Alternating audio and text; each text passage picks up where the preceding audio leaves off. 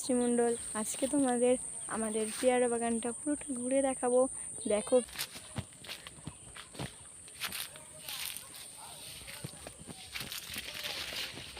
পেয়ারা বাগানের মাঝখানে আবার এখানে মূলো চাষ করা হয়েছে, কিছুটা জায়গায় সাদা মূলো দেওয়া হয়েছে। প্লাস্টিক বেঁধে রাখা হয়েছে, তারপরে মানে একটু বড় হয়ে গেলে তারপরে প্লাস্টিকগুলো খুলে বাজারে নিয়ে যাওয়া হবে। সব গাছই মোটামুটি প্লাস্টিক বাঁধা আছে। এই যে আমার বোন আর আমি দুজনে এসেছি।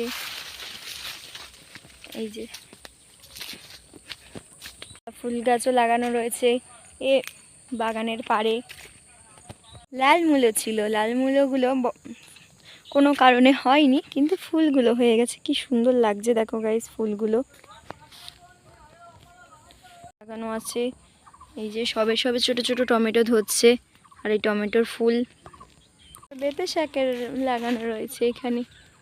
সব রকমই আছে মোটামুটি পেয়ারা বাগান, কিন্তু সব রকমই রাখা আছে।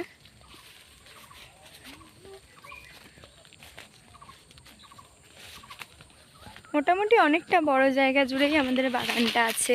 এখানটায় ওলকপি লাগানো, যে সবে সবে একটু একটু ধরছে ওলকপিগুলো, গাছ লাগানো আছে।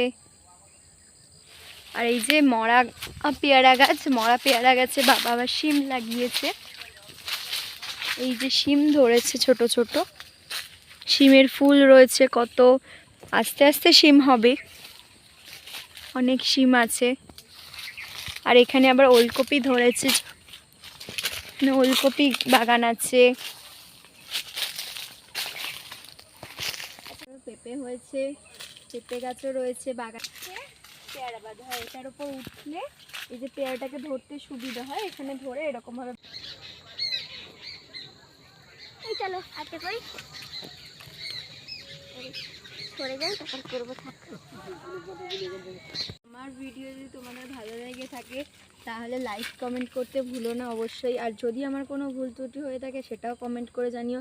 আর নেক্সট তোমরা কি কি দেখতে চাও আমাদের বাগানে, আরও কি কি সম্বন্ধে জানতে চাও, সবটাই আমাকে কমেন্ট করো। আর অবশ্যই লাইক কমেন্ট সাবস্ক্রাইব করতে ভুলো না।